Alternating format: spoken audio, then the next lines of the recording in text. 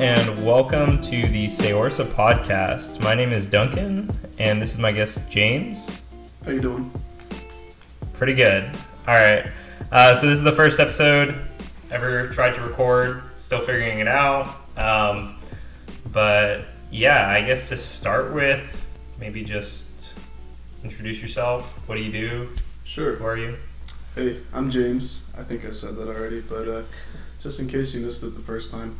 I go to Chico State. I work with Duncan. We do some stuff for student government. I just got done volunteering at the Shalom Free Clinic today. That was great. If you ever have the chance to come check us out in Chico, I'd really recommend it. It's one of the few places you can actually get treated for free and compassionately. Just treated so it's like a clinic? Yeah, it's a free clinic. So basically the people that go there, if you don't have health insurance, if you're looking to basically just see a doctor about, we're not an ER, we're not going to treat like bullet wounds and things like that, but we'll bandage a wound or clean it out, things like that. If you're having intermittent chest pains or you need a referral somewhere, this is the place to go. If you need to get in touch with people for resources, like if you're facing food insecurity or you need help with addiction prevention or treatment, we know where to push you. So what do you do there? There I just supervise volunteers. So unofficially we're not actually supposed to supervise more than one shift a month, but every time I go in there I end up basically just kind of telling people what to do and how to organize things and running the clinic. So taking down patient information, making sure the correct chart gets pulled, making sure the providers have everything they need while they're treating the patient, telling volunteers, we need this information pulled, we need this faxed, we need, go clean the bathrooms, that kind of thing. Yeah. So are the volunteers, are those they're all students. Like RNAs or? No, they're all students. Okay. Yeah, so nobody there is certified except for the providers for the most part. Some students are like MAs or phlebotomists or something, but specifically the students right now aren't doing any hands-on work because of COVID-19. But in the past they used to do triage, so they would take patients in and measure their blood sugar and their blood pressure, take a little history of present illness and be like, what's going on with you? Why do you feel like shit today? Can I cuss on here? Yeah. Okay. Yeah. That sort of thing. So it's just a good opportunity for pre-health students at Chico State to actually get their foot in the door and figure out if this is something they might want to do. And I think it is nice that you can be a part of something that feels like a community and is so close-knit in a place like Chico, because compared to larger places like, say Davis, an hour away, you're not going to find that type of community within a pre-health society. Sure. It's going to be too big for you to really make that kind of connection outside of your own group. So. And is this put on through the university or is this a nonprofit? It's a nonprofit. The person that founded it, Nancy Morgans Ferguson, she's awesome. She helps. She's like a former RN. She used to be a traveling, a pharmaceutical rep. But now she does a bunch of community work. She basically volunteers. She's retired, so she spends all of her week volunteering at a bunch of different organizations. She used to help run the mental health clinic when that was up over at the Lutheran Church. Sure. So, yeah, she runs the whole thing. And then Ken Logan, he's a family practice doctor. He sees and treats patients along with I think she's a psych nurse practitioner, and Lori Mason, she sees patients that need counseling as well. So, yep, it's a multi-pronged approach, which is good. I think it really encompasses a lot of what we need with behavioral and social health. It's like holistic medicine, but is still science oriented, because there's a difference between holistic medicine practiced by somebody like a naturopath who. So what does that mean for laymen like myself? Like a naturopath, I don't really know specifically what they do. Sure. I'm gonna take a quote from what Dr. Logan told me today and just say they kind of do some spooky spiritual magic shit. Okay. But they still get a medical education, but they don't have the full prescribing ability that somebody like a medical doctor or a doctor of osteopathic medicine gets. So, they basically kind of focus more on treatment of a patient as a whole, listening to all their facets of their lifestyle, and really getting into say your foot hurts, they might try to connect that to why you get recurring headaches, which in itself sounds kind of like how doctors should be working, but they focus a little bit more on, things like, oh, well, make sure you sleep properly, and instead of, what can we prescribe you, and how can we directly fix this with the tools that we have available. Okay, so it's more like lifestyle change recommendations rather than... Yeah. Whereas, like, physicians now, I think there is more of a shift towards holistic medicine, but naturopaths kind of take it a step further, and you can kind of think of them as, like almost like shamanistic medicine in a way. But they can still prescribe basic medications. So they just controlled substances are out of the question for them. Sure. Yeah. Sure. But yeah, I mean, the clinic is a great way for students to get involved. And so you're a pre-med student? Yes, I am. Is that fair to say? Yeah, I guess so. Yeah, pre-med or pre-law. We'll see. We'll see. So your major is? Biology and humanities. Okay. So and we got two. So why did you choose biology, and why humanities with that? Well, if I'm being completely honest, both of those were mistakes, but by the time I figured out they were mistakes, it was a little too late for it. Gotcha. Humanities was nice because it's such a flexible major. I can take all of the English and philosophy and history classes I want and still technically be under my major. But I didn't realize that I was really into philosophy and history until after I became a junior and took philosophy and history classes for that major. So by the time I realized I wanted to keep studying it, I couldn't. So that kind of shot myself in the foot there with that one. And then the biology major, I do like the chemistry side of biology a little bit more, so the biochem. And I kind of regret not majoring in biochemistry. But, they do have to take physical chemistry and inorganic chemistry and calculus-based physics. And so, there's like a trade-off there. Biology is also one of those majors that's really flexible. You can get basically any course substituted for what you want. Sure. I've only had to take like 3 upper division courses because my research actually counts as a course for like 8 or 10 units or something like that. Okay. So I get out of a lot.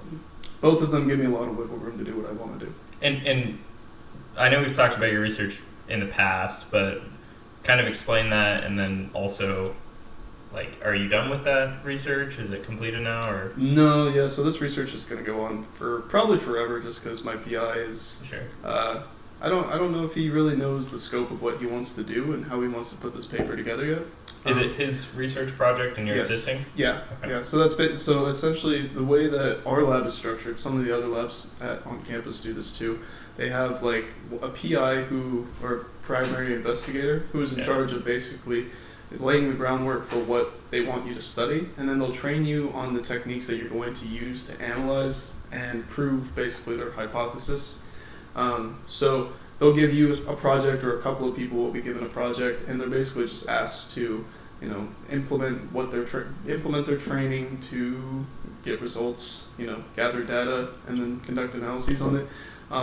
But yeah, I mean, the main reason we're probably not going to publish by the time I finish here is just because we haven't made a lot of progress and a lot of our stuff has failed, which is normal. It happens a lot, but our lab we have me and technically 4 other students, but none of the other students really are regular or consistent with it. So me and the master's student are basically the only 2 that are actively conducting research, which makes it difficult. Going back, what is that research? What is the research? Yeah, so we call it, we can call it the fancy term, which is neuropharmacology or neuropsychopharmacology, or we can just call it post-traumatic stress disorder. You can call it treating post-traumatic stress disorder with medicine or a pharmacological agent. Those 2 terms are kind of interchangeable depending on what the agent does, but for the most part, what we try to do is address some of the symptoms and cascading effects of post-traumatic stress disorder with this pharmaceutical agent, PHA 563, I think it's like 487, something like that. Sure. Anyway, it's an agonist for nicotine receptors, and when you think nicotine, you probably think of like cigarettes and your lungs and your brain going buzz, but like nicotinic receptors are actually at every neuromuscular junction in your body.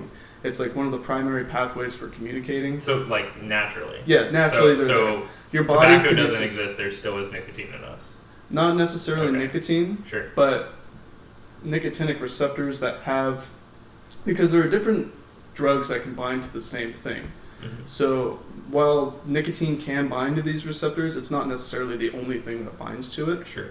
Which is where our drug of choice comes in, because you can use nicotine, and we see this in patients with like schizophrenia, who have a downregulation of nicotinic receptors in their hippocampus, which is the main area of the brain that's responsible for like fear conditioning, association, and extinction, which is basically how long it takes for you to get over that fear.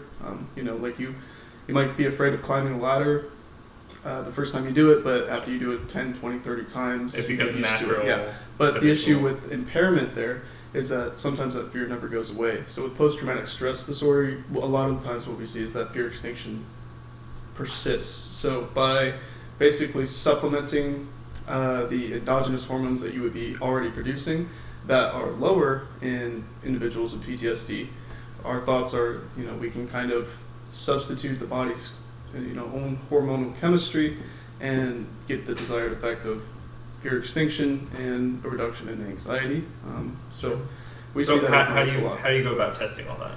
So we can do a bunch of different things. One of the primary things we did was because there's a big association with the hippocampus and memory, because memory is linked to fear association with memory, yeah.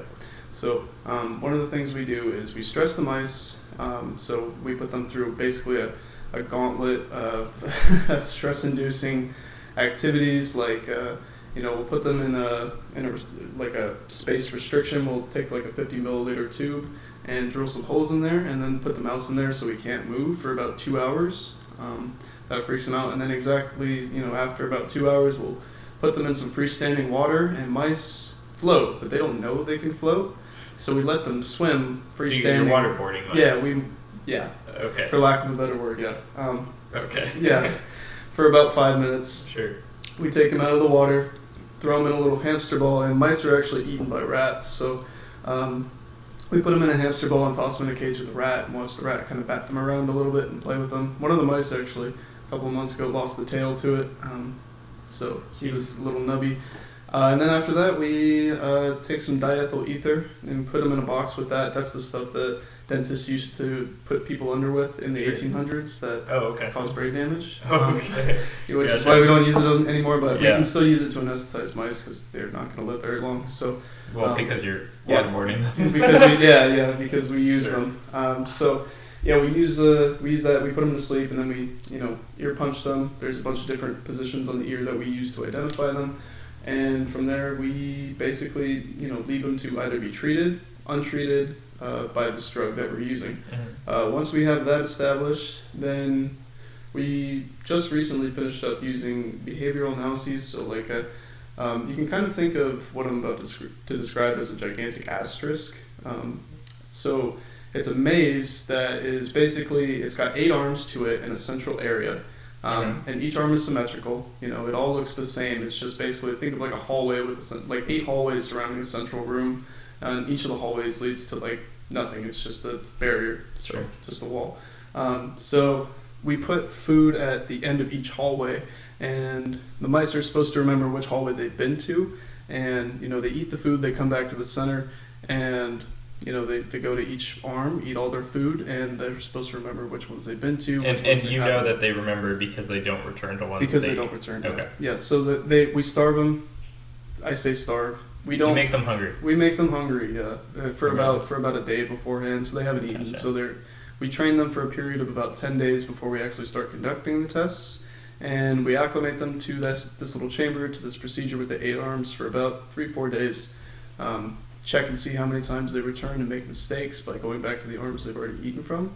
And then after that, for the next 4 days, for the next 5 days, we block off 4 of the arms and put food in the other open 4 arms, test those, let the mice go to all 4 open arms, eat them. And then after that, we put the mice in a mouse in a beaker or something, remove the blocks from the other 4 arms so all 8 are open, and only 4 that they haven't been to will have food in them. The ones that they have been to will be completely empty, and they should remember that they've already been there. So we let them explore and see how many times they make mistakes. And what we've seen between those 2 different groups is that the ones that have been treated with the drug versus the ones that haven't been treated with the drug, that both have PTSD, the ones that have been treated with the drug actually have somewhat of a better memory compared to the ones that haven't. So we're seeing an improvement there. And then we've also conducted things like an open field test where we put them in a gigantic box, and mice are naturally averse to open spaces because hawks. And Yeah, whatnot. they're small little creatures. Yeah. You want to avoid. You want to stay in the dark and Yeah. where it's safe. So we put them in a gigantic box and essentially just let them walk around, and we have this software that kind of tracks where they go. Interesting. And so we use those same groups, like control that hasn't been stressed, a control that has been stressed but doesn't get drugs, and then a group that gets drugs and has been stressed. So, and then we've noticed that the group that has drugs and is stressed tends to go into the middle of the area, saying that they're less anxious. That's our metric anyway. Sure. They are less anxious than the ones that haven't been treated with the drug. And the mice that have been drug treated actually go into the middle about the same amount as the control mice who have never been through a traumatic event. So it's promising, and now we get to do some molecular biology work and basically prove like how much of this protein or this receptor in the hippocampal tissue is actually there, and then we're going to compare that with the drug treated, non-drug treated, and see if there's a difference in receptor density within those tissues of interest. So now we get to kind of play around with all their brains for a little while. Okay, so what's sort of like the end goal here? Is it finding a solution for PTSD in humans, or that's kind of what like they try to do. Maybe on a very broad. No, yeah. So like the way research works a lot of the time at these universities is that you'll use an animal model for something that could be possibly used in humans. So like Dr. Kristen Gorman uses zebrafish as a model for scoliosis. She uses Medaka fish as a model for scoliosis. David Statura uses zebrafish as a model for hematopoietic stem cell differentiation, which is like blood stem cells. Okay. And so there's like genes that have carried over and are present in different species that are a result of diverging evolution. So some of the genes that we share with fish and mice and things like that. So the thought is that a lot of the stuff that is conserved can be kind of used as like a preliminary way to test things before you bring it to humans. So sure.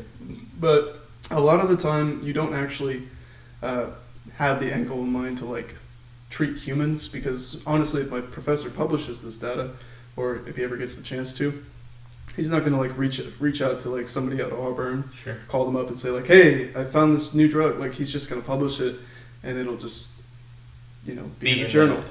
Yeah. And then so like the thought is that you publish it in a journal. Knowledge. Yeah, you publish it in the journal. The people that are interested in this stuff will read it, and then somebody will say, hey, this is, because it'll now be open source and anybody can use it. People will cite them and possibly do something else with the drug. Sure. So that's kind of the way. It's a shitty way because you don't directly like follow the project all the way through, but it's kind of the system that they use. Yeah. Sure. Okay. From my limited understanding as an undergrad, let me say it that way. Okay. So you're, just for clarification, because I don't think we've actually said it, you're in your last year of your undergrad. Yes. Okay. Yeah. Yep. So what's next? That's a good question. I'm trying to figure that out too. So, Peace Corps, Masters, or med school, something like that. Yeah. Okay. Yep. Right. Just whatever. Well, med school is the end goal. I just don't know what necessarily I'm going to do in the meantime. It's on the other side of the river, and there's a few bridges. Yeah. I just got to figure out which one I want to take, because I know what I want to do with medicine, and I know how I want to practice it. But the method to getting there, especially from a place like that's a lower tier institution, trying to climb that ladder is a little difficult, and the rung I'm trying to reach is about 3 feet taller than my arms. So yeah, I'm trying to figure out that way how I can bridge that gap. But something like the Peace Corps or Masters at a like a more recognized institution might be a good way for me to work on that. Maybe do research or just improve my understanding and perspective of underserved communities like the ones you get to serve in the Peace Corps. So either way, either route, I get something out of it. So that's the current plan, kind of just to serve in some capacity. Kind of just help other people. Yeah, like a physician probably should want to do. Yeah. Mm-hmm. Something about code of ethics. Yeah, yada, Hippocratic oath, yada. Yeah, throw my center into a stream. Throw them into a blender. Oh no, no. Yeah. You don't want to know what we do with the brains, so. Oh no. So what? I think So what else do you do? You're a fourth year student. How has that sort of looked for you coming up through, like, where did you start and where are you now? Yeah. Oh man, that's a loaded question. Yeah, it is a loaded question. That's a lot of work. Okay, let's reduce it. What do you think is the biggest growth you've gained from attending Chico State? Oh, I get to do anything and everything that I could ever want to do. I don't think there's another university that I could have gone to where I'd have the opportunity to, be in student government, to be a TA, to be head undergraduate of a research lab, to be an officer in a pre-med club, to be a vice president of another club, and still have the flexibility to double major and triple minor. Like, there's just no way you could do that at a huge institution, because you want to hyper specialize, right? You want to get really good at something instead of becoming a generalist and being able to kind of fit into every niche that they need you to fit in. That being said, there are gaps because I've kind of spread myself that thin. I've kind of become a jack of all trades and master of none. Sure. My GPA is pretty decent, but it's not perfect. And, there are definitely times where as a TA, I kind of flop a little bit and I'm not as familiar with the material as I should be. I could probably use some more time to do research. I also work in the ER, and I could probably work there a little bit more frequently and have a better understanding of how I should do my job. But by spreading myself that thin, I don't think I'm really committing enough to each of those positions. But I still have such a wide range of experiences that eventually when I decide I do want to taper down and really just focus on a couple of things, it'll be the stuff that I'm sure about. Yeah. So I think that's what I get out of here. Yeah, and I definitely agree. Like, I think I'm very similar in that during my college experience, I've, been president of a club, treasurer of a club, help found a club, joined student government, joined student government as just a very low level person. Committee member, right? Tutor. Yeah. So I definitely agree, and I think especially as a college student, and, like you said, you do biology, mm-hmm. my major is economics, and both those are they open a lot more doors. Yeah. And so I think I agree in that, I'm kind of disappointed in myself that I'm not exceptional at any individual thing, but at the same time, I think that for my future, I better understand where I want to go. Yeah, absolutely. So, and I don't think undergrad is the place that you become an expert at some place, right? I mean, you think people like computer science, you learn how to do your job at your job. And with professional school, there's a reason that law schools and med schools will take anybody with any major. It's because you don't really need the background information other than a couple of core classes for med school, and there are no prerequisites for law school to become a professional in these fields. So, the real training comes after you've demonstrated your ability to be flexible, to put in the work and put in the hours that are necessary to get into these programs. And I'm sure it's the same way at, when you do comp sci, you just do it out of college instead of, after grad school. So it's I think for certain fields it works really well, and for other fields it doesn't work really well. If I wanted to go into industry as a biology major, I would probably be fucked, because I know what I'm doing. I know how to read papers. I can do research, but I don't have extensive research. I probably only have about 1,000 hours put into this thing, and that's half a year full time.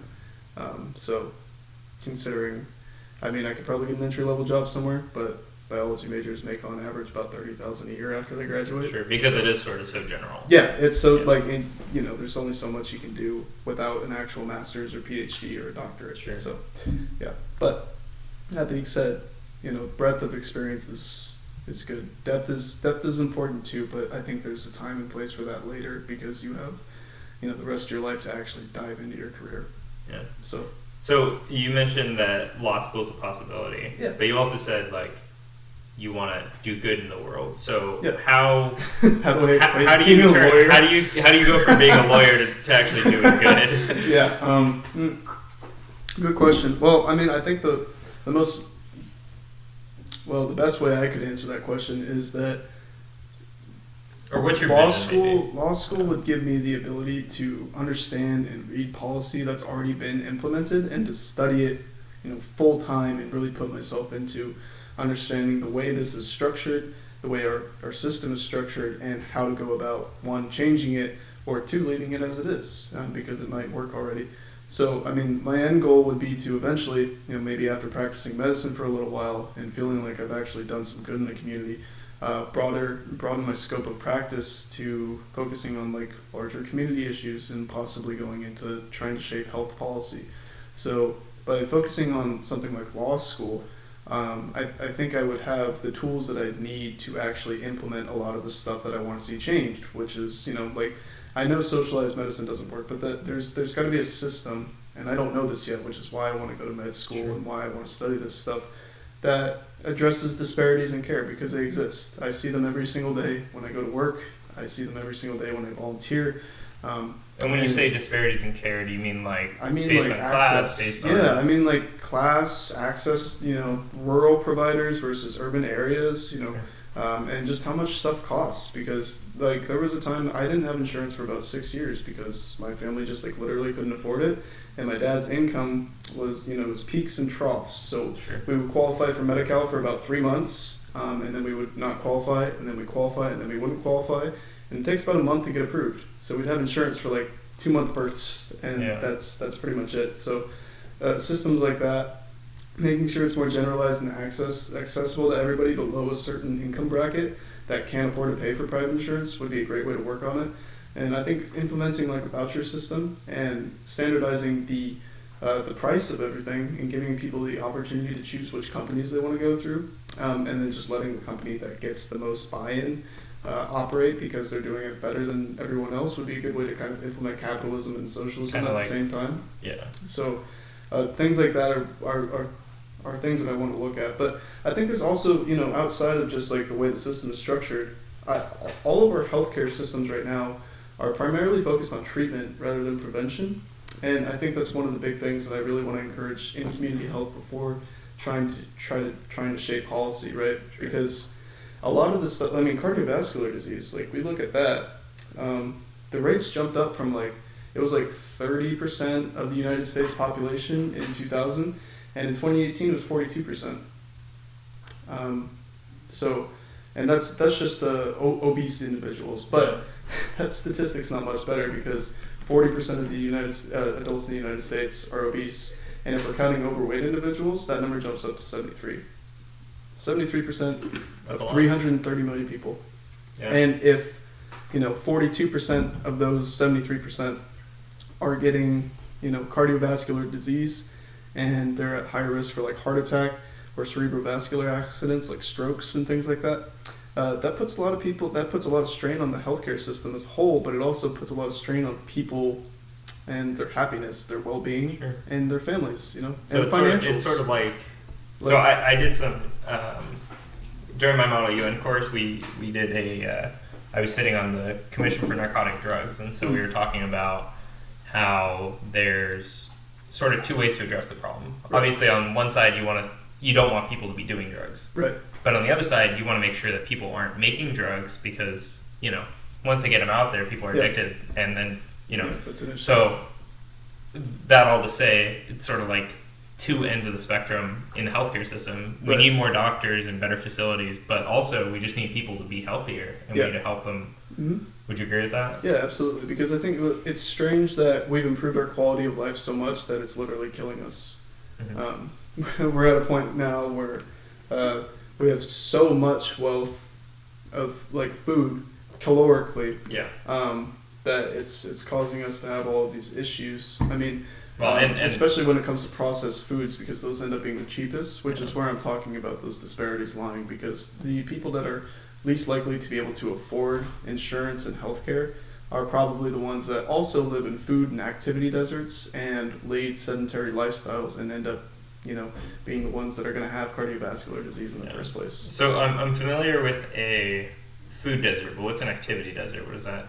Essentially the same thing. Okay. So it's like a place, especially in rural or urban areas, where there's not any place for you to quote unquote exercise in the traditional sense. So workout. Yeah. Okay. So especially with urban areas where it may not be safe for someone to go jogging at 5 o'clock in the morning or 7 o'clock at night, or where it costs. Which if they're working 9 to 5 or then 5 to 5. That's when they do it. Yeah. Or it's too cold to work out during the wintertime, and they literally physically can't because it's 12 degrees outside. Yeah.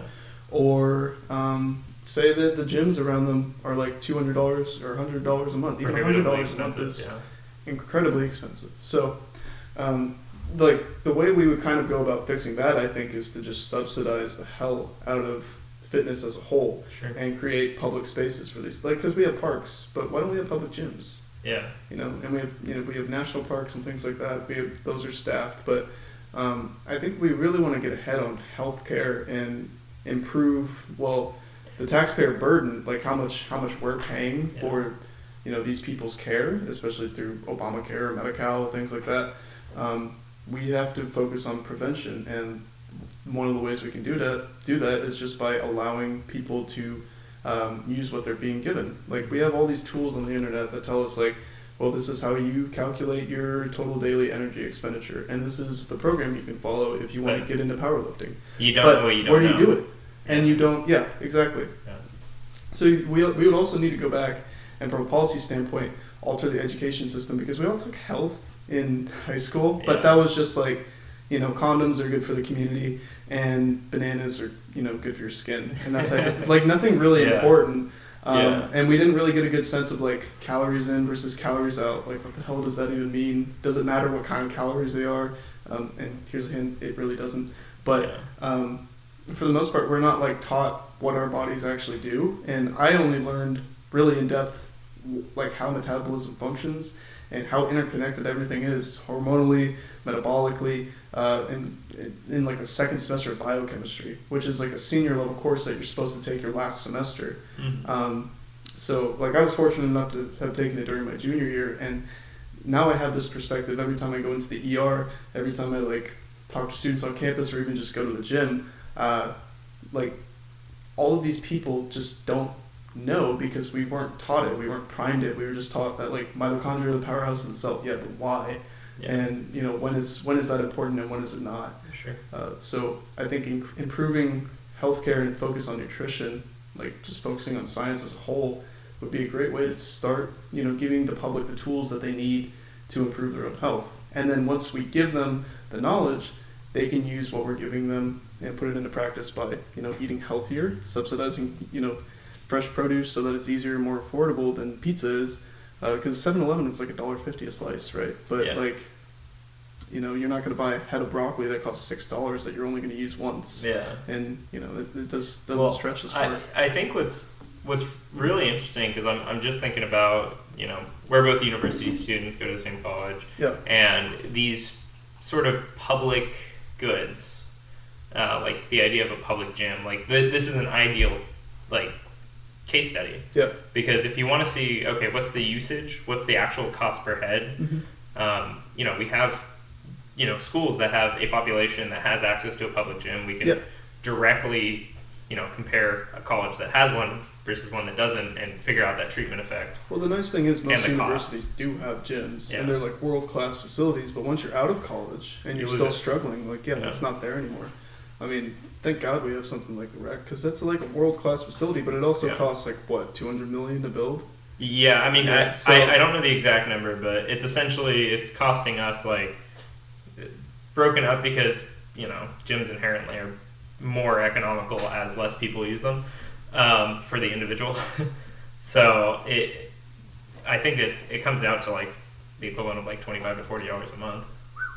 Which not bad for the quality. Very reasonable. Yeah, and for the quality of the gym. Yeah, absolutely. And then, but, like, the public gyms don't even need to be that crazy. I'm talking about, like, maybe a warehouse, or maybe like a float, like just a place with a couple of benches, barbells, and squat racks, and then an area for people to run in, and maybe do sprints or laps. And maybe the fancier ones, you could even throw a pool in there, but for the most part, people just need a place to do activity, and they'd be fine. Yeah, just remove the barrier to exercise. Yeah, exactly. Yeah. I mean, if you want to do this yourself and buy your own exercise equipment, buy a power rack and a barbell, 500 pounds worth of weights, it's going to cost you like well over $1,000. Maybe you're getting into like $2,000 to $3,000 just for a nice set. Yeah. And you can buy used stuff, but I mean, if you really want to feel safe and invest, then it's significant. Yeah, and I'm sure, I mean, like, the long run benefit surely outweighs it. Yeah, like the health benefit, reducing the cost, Medicare, Medi-Cal. Exactly. Prevention instead of treatment. Yeah. Well, as an economics major, I'm sure there's like probably thinking like, well, healthcare administration. By the way, if you want to go into healthcare administration, that's where the real money's at. Oh, yeah. They make more than neurosurgeons do. Really? Yeah. Neurosurgeons like 600,000, right? That's like the low end. Yeah. Oh, sheesh.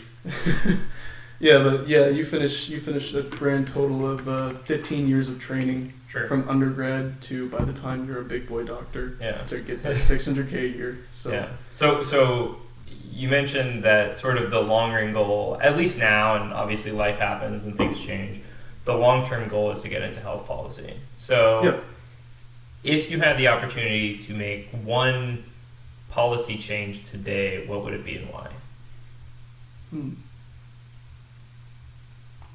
That's a good question.